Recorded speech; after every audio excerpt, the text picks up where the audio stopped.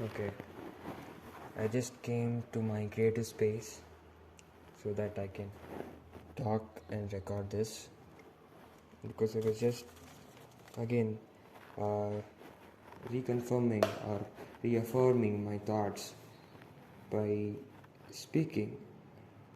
I was just speaking to myself, but I thought it would be good if I can share this somewhere so that and moreover it's better if I'm talking alone rather than if somebody's watching me talk alone.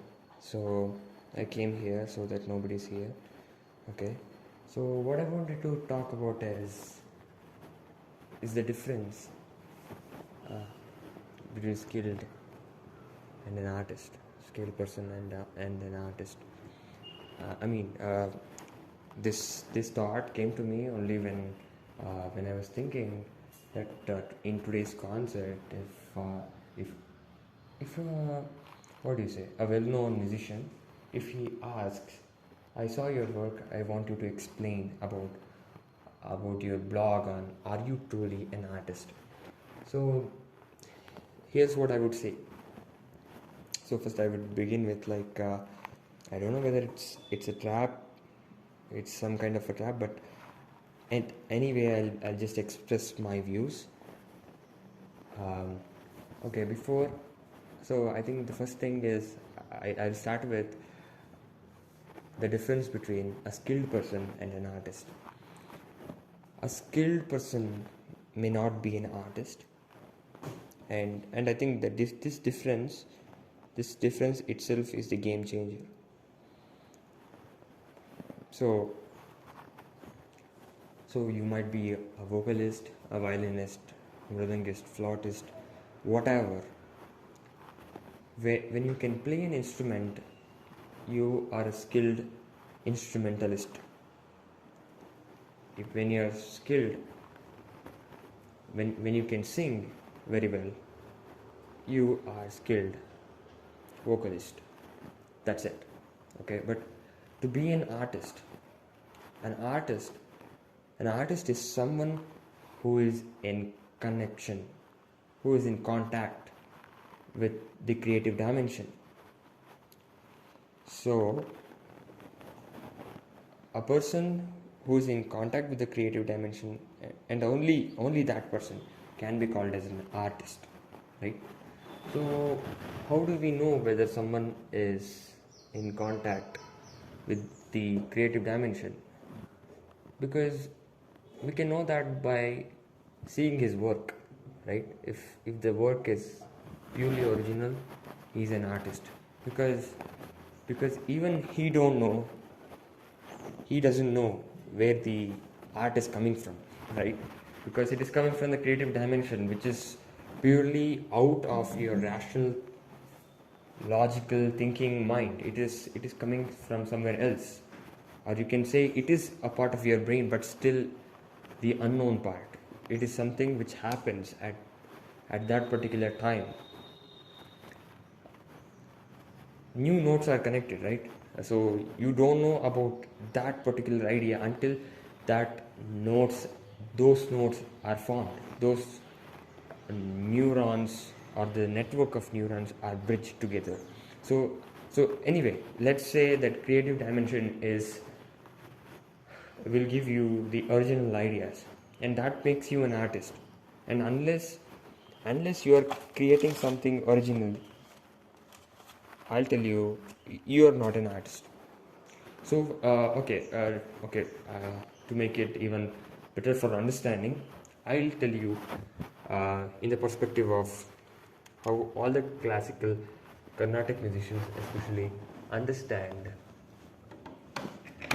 about music. Okay, so we know about Vagyakaras, right? We know about Purandaradasa, Tyagaraja, Sri Muthuswami Dikshitaru. Yes, so many people, right? So many Vagyakaras. And why do we call them artists? I know they were a skilled musician.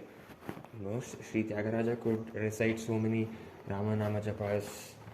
He could do so many things. He could sing well, so and so and so on. He was very skilled musician, but also he was a skilled lyricist. He was a skilled musician, okay, but why do we remember him? Why do we remember Sri Tyagaraja? Because of his compositions, right? Not because he was a great musician. He is remembered till today. Why do we do Tyagaraja Aradhana? First of all, why do we remember him? How do we remember him? By reciting his kritis, right? And how were those formed? They were formed by the contact with the creative dimension, right?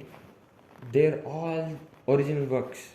Nobody else wrote Endaro Mahanubhavalu. Only Sri Tyagaraja wrote Endaro Mahanubhavalu, right? Why? Because every creative work is original.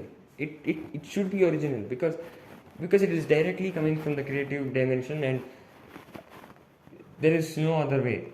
And the creative dimension almost 99% of the time ensures the same idea is not given to other people. Okay, let's say 90%. 10%, yeah, probably there might be chances that there will be coinciding of two people getting the same idea. Okay, let's leave that. That's just an exception. But what makes you an artist is what you create. What you create is what that makes you an artist. And not only that, what you create, and along with that you have to share what you have created. If you want to go to the same analogy of Vagyakaras, see, if you want, why did Purandaradasa or Tyagaraja's kritis and scripts, all the writings were found? Why do you think they took the initiative to write them down, right? If they wanted to keep it for themselves, they would have just sung and gone somewhere to the woods and just sung there and left that composition, that's all. But they wanted to share it with the world because it's artist's duty, and they were wise enough to understand that. But in today's modern world, we have forgotten what is art. We think playing what the Vagyakaras gave is art. It is not art. I agree that the art is in the composition itself. The composition of any Vagyakaras is tremendous, it's beautiful, it's true art. But I think when you are playing a kriti, you are actually being a skilled musician. You are just being skilled. So for example, it's like you're operating a JCB. JCB is true art. It was inspiration for somebody, and somebody invented JCB. I'm just giving them a very lame example, I know, but the operator is not an artist. He didn't invent the JCB, right? He is just an operator, and that too, he's just doing the common procedures. He's just doing what was told. That's all. So he is not reaching the creative dimension there. No. So what I'm saying is, there's no wrong in being a skilled musician. If you are a skilled musician, you're doing good, you're famous also, you're making money also, no problem. If you're enjoying, do that. But I think you will find way better fulfillment if you can touch the creative dimension. If you start creating anything, I'm not only talking about musicians. There are so many kinds of art forms. In fact, this scientific innovations, it also belongs to the art. I mean, let's say it belongs to the creative dimension. Okay, so everybody who belongs to creativity, of course everybody belongs to creativity, but nobody is recognizing that. Not everybody is recognizing that. So if you think you are a creative, at least if you believe you are a creative person, and I encourage you to think so. I encourage you to believe that you are a creative person. And once you believe you are a creative person, I encourage you to start creating something. Get in touch with the creative dimension and share it with people. Share the work with people, and that's it. That's the only job you've got as a person, and that's the only purpose on this planet, I guess. And the the purpose is derived from the creative dimension. The purpose is derived from the work you do, that you get from the creative dimension. So anyway, let's not go that far. At least what I'm saying is, if you think you're an artist, just just think for a moment. Are you truly an artist? Are you justifying the post, justifying that status, right? Are you justifying that status as an artist? That's all I'm asking. If you're an artist and you're not creative, I really don't think you're justifying the position you're in. So that is why. So that is all. That is all I wrote about. I wrote the blog called as "Are You Truly an Artist?" So that's it. There's difference between skilled and art. There's a difference between skilled person and an artist. Okay, please don't confuse both of them. And I think you'll find way much fulfilled. You feel very fulfilled once you start being an artist, start creating something. See, for example, if you vanish tomorrow, people will remember you for a while.